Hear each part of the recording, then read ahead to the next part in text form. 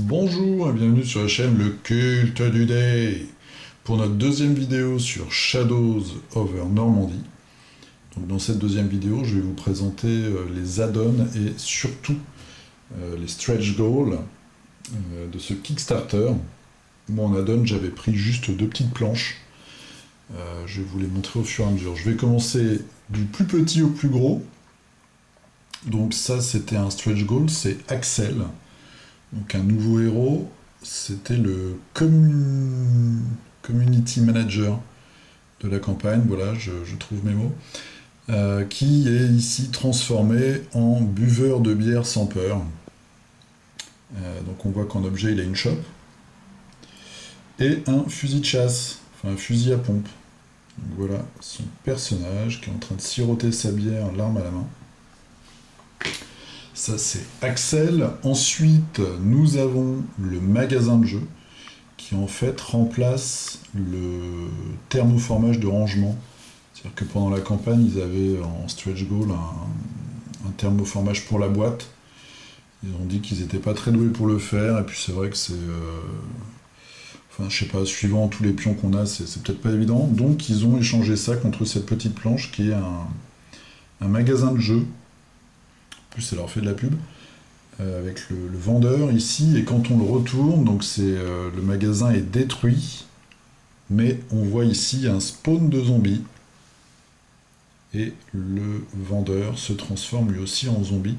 Le petit symbole que vous voyez en haut à droite, là, le chiffre vert, c'est la peur en fait, c'est les créatures qui vont effrayer, qui vont rendre fous leurs ennemis. Ensuite, une planche de héros. Donc je crois que ça, c'était un ensemble qui s'appelait héros et salopards, quelque chose comme ça. Donc on reconnaît, hein, donc ça c'est un personnage des 7 salopards. Celui-là, je crois que c'est un personnage du film 1942, film un peu délirant. C'est Clint Eastwood, bien sûr. Celui-ci, j'ai pas une grande culture des films de guerre, moi, hein, je vous précise. Je ne sais pas qui c'est. Celui-là non plus. Et là, on a un beau tank. Voilà, donc on a un tank, et puis après on a les pions en bas de chacun des héros. Ensuite, on a la contrepartie nazie en face, donc avec Ludwig, le tireur d'élite. Otto, qui est un conducteur de char. Heinrich, qui a l'air d'être un beau salopard, le nazi défiguré qu'on retrouve dans quelques films. Et puis on a ici la brute, Friedrich, la brute mécanicienne avec sa grosse clé. Et également un officier, là, une espèce de je sais pas, de beau gosse premier de la classe, avec sa radio. Quelques pions de caisse. Un tank, et puis on a là les personnages. Alors les personnages qui sont destinés à être sur un tank ont aussi une version à pied. Ensuite, eh bien oui, on a Toulouse, donc qui est énorme. Si je vous mets, je vais dépuncher un personnage. Voilà. Je vous mets le vendeur de magasin à côté, voilà. Toulouse, il fait 4 par 6, quelque chose comme ça. Il est énorme, Toulouse, donc il vient sur sa planche avec tout un tas de pions. Alors, j'ai pas encore lu les règles. Alors, oui, les règles pour tous les add-ons, en fait, seront en téléchargement gratuit sur leur site. Donc, il y en a déjà un certain nombre, et puis le reste va arriver, je pense. On a sa grille ici, avec Toulouse. Il y a un nouveau sort qui permet de l'invoquer, évidemment. Quelques jetons en plus. Et puis ça, c'est le côté juste derrière où il est un peu trempé dans une espèce de brume maléfique, électrique, je ne sais pas trop. Voilà, donc ça, c'est tout himself. Ensuite, nous avons le Devil Boy, donc évidemment inspiré d'Hellboy. Devil Boy qui a une mécanique de... Alors, voilà, il est tout petit. Alors, il est tout petit parce que dans le premier Hellboy, en fait, On va le trouver enfant. C'est une. Alors c'est vraiment, ça colle vraiment au jeu dans la bande dessinée de Mike Mignola. C'est une équipe de GI qui va combattre une secte nazie qui les empêche d'invoquer. On le voit aussi dans le film, c'est vrai. D'invoquer un monstre. Et en fait, c'est Devil Boy, c'est un enfant satanique, un enfant démon qui va grandir après, qui va être récupéré par les Américains. Là, je pense que comme on a cette tuile, on va le placer ici, et on voit sur sa grille, qui peut être aussi bien pour les Allemands que pour les Américains, on peut faire une mission où il va s'agir de le récupérer enfant, et après on va pouvoir l'utiliser adulte. Il a une mécanique de balle spéciale. Donc on a une balle, la balle, on a AP Ball, donc ça je sais pas trop, ça c'est pour, oui c'est Armor Piercing. Là on a tous les petits jetons qu'on avait dans sa grille. Il a une balle qui s'appelle Tremblement de Terre, des balles Doom Doom, et puis ça c'est son jeton. Quand on le retourne, ici, on a la planche est un peu différente au recto. Voilà, Devil Boy. Ensuite, moi j'avais pris les FFI, donc les résistants. Donc, je sais pas si je vais les donner ou les garder pour moi. Donc il y a un tas d'équipements. On a Colonel Bastien, donc Jean Moulin. On a Julie Aubrac ici, on a une traction, moi j'aime beaucoup la traction, on a un camion aussi, et puis donc on a le héros, enfin le chef des résistants, les grenades, on a des médailles héroïques, je pense que ça donne des bonus, et puis on a ici donc les FFI, les gars avec les casquettes, et puis là ils ont un bazooka, est-ce qu'on a une autre... on a des supports comme ça aussi qui sont un peu différents. Et évidemment derrière on a les véhicules endommagés et puis on se doute bien que les FFI, eux, leur habilité c'est de se dissimuler. Donc ça c'était un add-on, le deuxième add-on, et puis c'est tout pour les add-ons, c'était les zombies. J'ai pris la planche de zombies, donc on a un zombie un peu plus costaud, une espèce de brute. On a des fatis comme dans Zombicide, et puis on a un tas de zombies comme ça.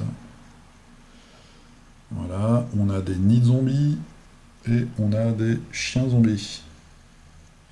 Et au milieu de la planche, on a une maison qui fait popper des zombies. Et derrière, évidemment, on a la maison détruite. Avec évidemment également les escouadres de zombies endommagés.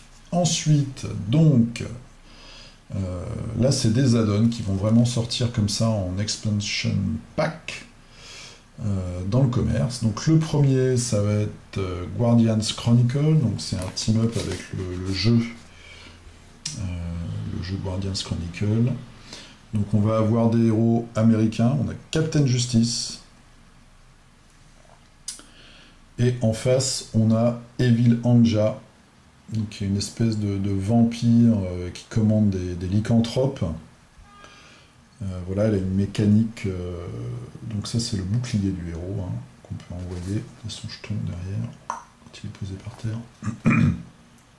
Là on a les jetons de ce super-héros et de cette super-vilaine. Ça je pense que c'est un petit tableau, alors je sais pas, c'est peut-être pour la nuit. Ouais, ça doit être pour une mécanique de nuit. On a des loups-garous, je vous montrerai leur autre facette tout à l'heure. On a des jetons pour les super pouvoirs. Donc je ne sais pas encore comment ça fonctionne parce que pour celui-là, je crois que les règles sont pas encore en ligne. Donc on a les pouvoirs qu'on peut mettre sur les grilles de recrutement. Et derrière, ça rappelle le jeu Guardian Chronicle, on a des articles de journaux. C'est vraiment le design du jeu en fait. Voilà, qu'est-ce qu'on a derrière? Ça, je pense que c'est pour le vol. Peut-être, je ne sais pas. Et voilà, là c'est les loups-garous, une fois transformés. Avec les pouvoirs qui ont été utilisés. Et sur la deuxième planche, si j'arrive à enlever le petit bandeau,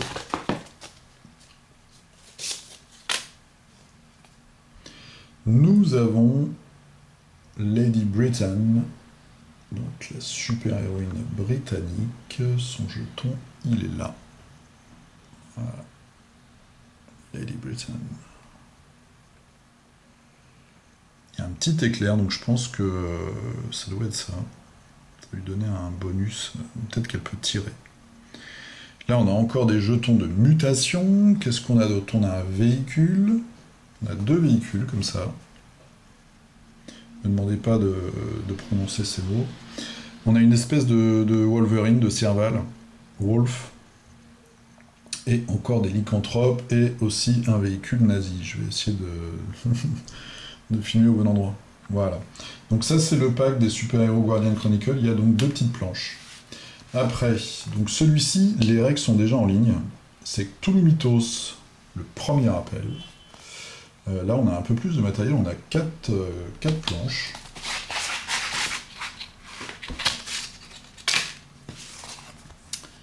Donc sur le thème de Lovecraft, nous avons le culte des ghouls. Donc on a des livres, en fait. Le livre d'Yvon, on le retrouve dans le culte et enfin dans toute la mythologie Lovecraftienne. H.P. Lovecraft, il est là. Il est là et c'est un scientifique fou en fait qui va utiliser des zombies. Un chien de Tyndalos, donc pour ceux qui connaissent Lovecraft, c'est un chien qui peut se déplacer entre les dimensions. Et puis on a tout un pack comme ça de livres, donc ce sont des sorts. Et on voit derrière, voilà, les symboles derrière. Hop. Le chien de Tyndalos, donc, qui est sous forme éthérée, on va dire. Et Magnus, qui est un autre personnage, que voici, avec son chat, amoureux des chats et écrivain. Voilà. Là, on a une Byakhee, qui est dans les livres de Lovecraft. Les Byakhee, ce sont des créatures ailées qui sont dans le royaume des rêves, je crois, qui permettent de se déplacer. On a des ghouls, on a des fanatiques, des cultistes, on a la chose informe, the cold one, le froid, je ne sais plus comment on appelle ça, des zombies, et une créature de la nuit encore. Et un énorme shogot, voilà, un shogot rigolard, ça c'est marrant. Quelques objets. Des pions, et puis c'est pas fini, on a encore 2 planches qui sont même encore un peu plus grosses. Voilà, une faction, les enfants de Cthulhu. Donc il y a des objets. Ceux-là, alors Ergol Delerth, je crois que c'est l'auteur du culte des ghouls, non? Je sais plus exactement dans le mythe de Lovecraft. Et là, il est assisté par de jolies filles. On a Sandy, on a Pamela, qui sont des infirmières, voilà, je vais trouver, et on a tout un tas de cultistes, des ilotes et des cultistes normaux. Qu'est-ce qu'on a d'autre? On a des gardes en bas, donc je pense que ça revient au même à peu près que les supports et les fireteam. On a une créature ici, donc qui est le Zorkar, donc qui est cette créature-là. Oh, on a nos petites infirmières qui sont au sol, là. C'est malheureux, ça. Évidemment, elles vont popper des zombies. C'est moche. Et, donc, son vrai nom, c'est Howard Philip Lovecraft. Là, c'est Herbert, c'est son frère, qui, plutôt que partir dans la littérature, s'est mis à la chirurgie. Réanimateur, en fait, hein. Voilà. Donc, on a... Ah bah non, c'est lui, la créature de tout à l'heure. Qu'est-ce qu'on a sur cette planche-là? On a des objets, on a un laboratoire qui va popper des zombies, et puis on a des zombies. Voilà, on a des zombies en bas, donc comme ceux de la planche supplémentaire que j'ai pris. Ensuite, donc le dernier, c'est civil sous le feu, donc je sais pas comment on peut traduire ça, civil menacé, quelque chose comme ça. Donc on a le sosie d'un acteur français bien connu, Alexandre Renaud, donc une thématique de village, et on voit ici la girouette avec le coq, donc le nouvel insigne de cette faction. le curé, et puis on va avoir un ou plusieurs bâtiments. C'est quoi ça? Office de la Gestapo. Bah, c'est d'accord. Ah bah oui. Évidemment, la Gestapo, c'est pas très choupi. Puis on a des résistants. Voilà. On a ici le pion du gendarme. Enfin, c'est le maire plutôt. Le maire et le curé. On a un tracteur, vous voyez, on a plein de possibilités en fait pour faire des scénarios avec ces planches supplémentaires. On peut vraiment créer ces scénarios. Et puis moi j'ai vu là sur Call of Cthulhu 1, il y a même une petite campagne. C'est vraiment bien foutu, hein. Il y a des petites des nouvelles règles à chaque fois. Par exemple là on voit qu'il y a des civils. Donc je pense qu'il va falloir aller les sauver. On a un gendarme. Donc on a vraiment un univers là qui s'étoffe énormément, je trouve. Qui va nous permettre de se faire des scénarios perso aussi, pourquoi pas des campagnes, en plus de ce qui est proposé. Alors, on a deux femmes, en fait, dans cette expansion. On a d'abord, que je ne dise pas de bêtises, Sandy. Donc Sandy, en fait, je l'ai vue en vrai, puisque c'est la personne qui vous remet votre pledge si vous êtes sur Paris. Voilà. Donc une jolie brune, avec ce petit charme piquant des Françaises, qui va devoir combattre Hilda, une blonde avec un charme allemand. On voit où ils se situent. C'est un peu comme leur voiture en fait. Alors, Sandy, donc, qui va mener les résistants, les villageois, et on voit ici qu'on va avoir des explosifs, un détonateur, et puis on va avoir plein de personnalités. Maîtresse d'école, des enfants, on a même Toto. Le postier, la serveuse, le boulanger, le grand-père, etc., etc. Avec un certain nombre d'outils, on a un camion. Enfin, vous voyez, ça ramène vraiment des petits éléments en plus qui, mixés à la boîte de base et puis même à celle-là, vont permettre de se raconter pas mal d'histoires et de se faire pas mal de scénarios. Et puis là, on a les Allemands de la Gestapo, évidemment, c'est beaucoup moins... On a aussi des enfants de chœur, une sœur et un curé. Bon. Ah non, lui c'est un collabo, je dis n'importe quoi. Le curé, on l'a vu tout à l'heure. Voilà, avec une baguette et il fait le salut nazi. Hilda, que voici. Et puis ses acolytes, ses sbires, avec un maître chien et des bergers allemands. Et Sandy, elle, son arme, c'est le vélo. Hein, elle m'a bien précisé qu'elle avait en vrai un vélo aussi, donc voilà, son vélo qui lui donne un mouvement de 5. Et pour finir, donc la pointe du hoc, c'était une espèce de mini pledge, et puis il était compris dans le pledge général. Donc la pointe du hoc, c'est il y a une mécanique avec un phare. Donc un phare avec les différents étages ici. Et puis on a là des pions enflammés, donc je pense qu'on va mettre le feu à tout ça dans une mission. Alors là on a pas mal de planches, hein. On a tous les étages du phare déjà comme vous le voyez. On a des nouveaux Rangers, donc la faction de la boîte américaine. On a une créature étrange qui doit être assez délicieuse une fois bouillie. On a une nouvelle grille pour les Américains. On a le gardien de phare, bien sûr. Et on a la créature. Et ensuite, on a 4 tuiles, donc qui font 30 par 30, hein, au format habituel. 4 tuiles de plage, avec des cratères, qui sont évidemment l'environnement du phare. Voilà, alors ça, j'ai pas encore regardé si on avait les scénarios et les règles sur le site, mais je regarderai ça dans les jours qui viennent. Donc évidemment, toujours un recto verso. Et puis ici, on voit l'esplanade pour le phare. Voilà, toujours détaillé avec des rochers. Ici, un petit environnement de plage. On peut se faire un mini débarquement. Ils ont fait il y a une extension au débarquement d'E-Day. Là, il n'y a que de l'eau. Mais bon, on peut s'en faire un mini si on veut. On a une plage. Cailloux et une plage.